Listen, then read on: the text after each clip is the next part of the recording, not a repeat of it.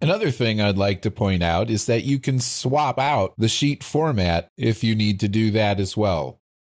So let's create a new SOLIDWORKS drawing from an Infinite Skills template.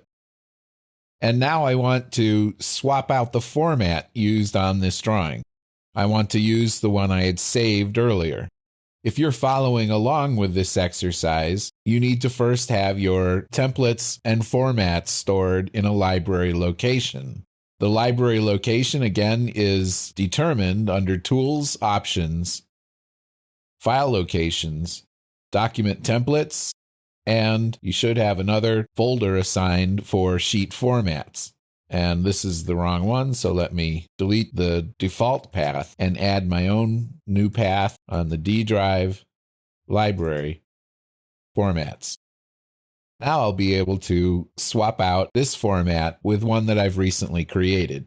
To do that, I right-click on the drawing sheet and go to Properties. I can browse for the new format that I'm looking for, and this would be the Design Stuff Infinite Skills. Click on Open, and then you'll watch this update.